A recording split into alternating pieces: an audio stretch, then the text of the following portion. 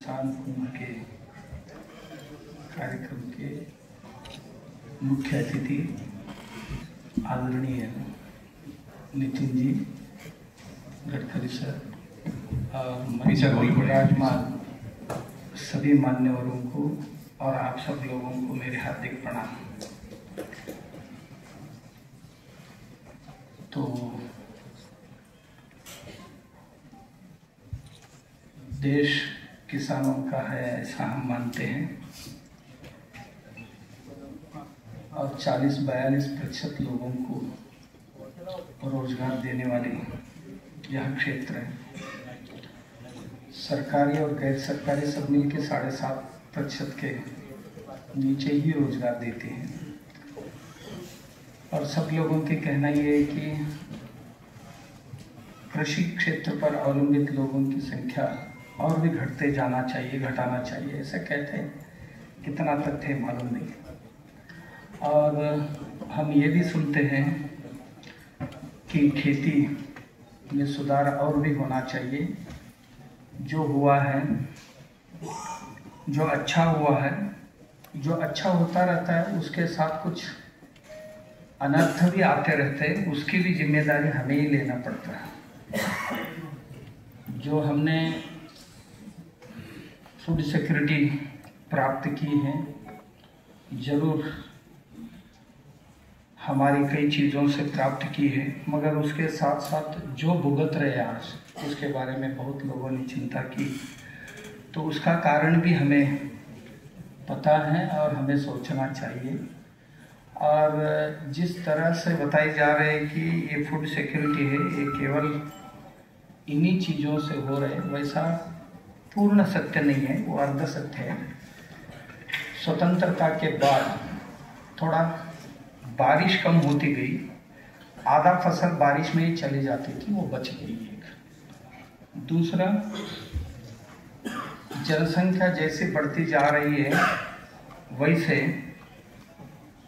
जो बंजर जमीन था उसको उपयोग में ज़्यादा से ज़्यादा लाया जा रहा है। दो, और तीसरा, स्वतंत्रता के बाद जितने भी कैनाल्स, डैम्स बनते गए उसकी वजह से एक एक फसल लेते थे तो वहाँ 2-2, 3-3 फसल लेने लगे।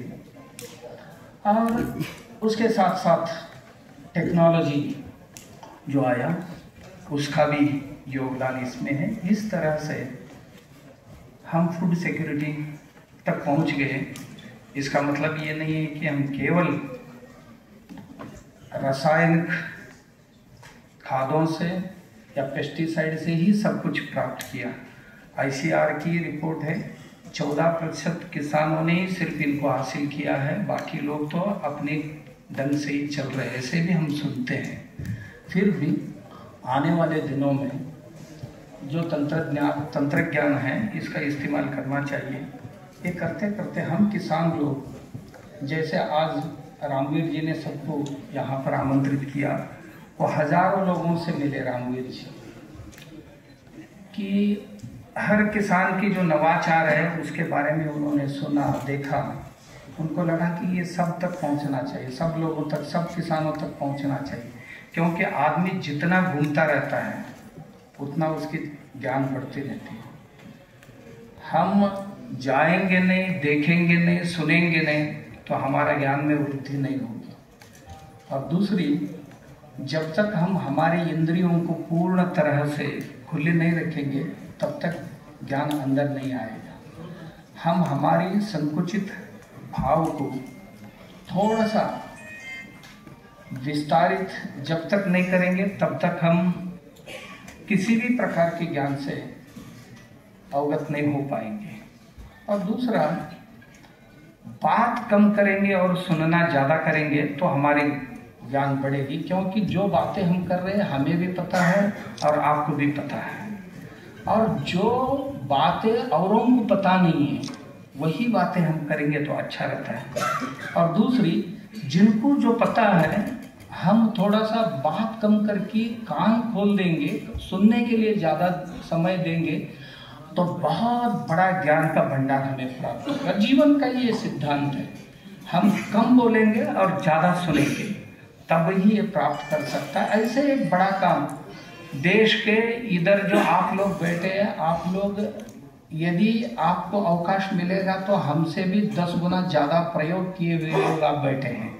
हम तो थोड़ा थोड़ा इधर उधर सुन के बात करने वाले हैं या ऐसे ही कुछ पढ़ के बात करने वाले हैं, मगर आप लोग जो आए हैं आप बिल्कुल प्रयोग करके आए हुए लोग हैं। जरूर यहाँ पर भी बहुत सारे ज्ञान अपने प्राप्त रखने वाले और खूब घूमे हुए नितिन जी जैसे व्यक्ति ऐसे है कि वो कश्मीर से कन्याकुमारी तक, आसाम से गुजरात तक जहाँ भी अच्छा दिखता है सुनता है। केंद्र में एक मंत्री ऐसे हैं कि जो भी नवाचार है उसको सुनने की क्षमता रखते हैं और सुनते ही जाके अपने खेत में प्रयोग करवाते हैं। जिन लोगों को ऐसे लोग जब आते हैं तो तब जरूर हम सुनने की प्रयास करेंगे। मैं रामवीर जी को बहुत बहुत बधाई देता हूं कि आप सब लोगों के दर्शन करवाया, क्योंकि आप सब नवाचारी लोग हैं। इधर ऑर्गेनिक में या जैविक कृषि में अलग अलग बहुत सारे ग्राम विकास के प्रयोग करने वाले लोग हैं। इन सब लोगों को इकट्ठा करके चिंतन मंथन करवाने की जो प्रयास किया, इसलिए मैं रामवीर जी को धन्यवाद देता हूं। आप सब लोगों को धन्यवाद।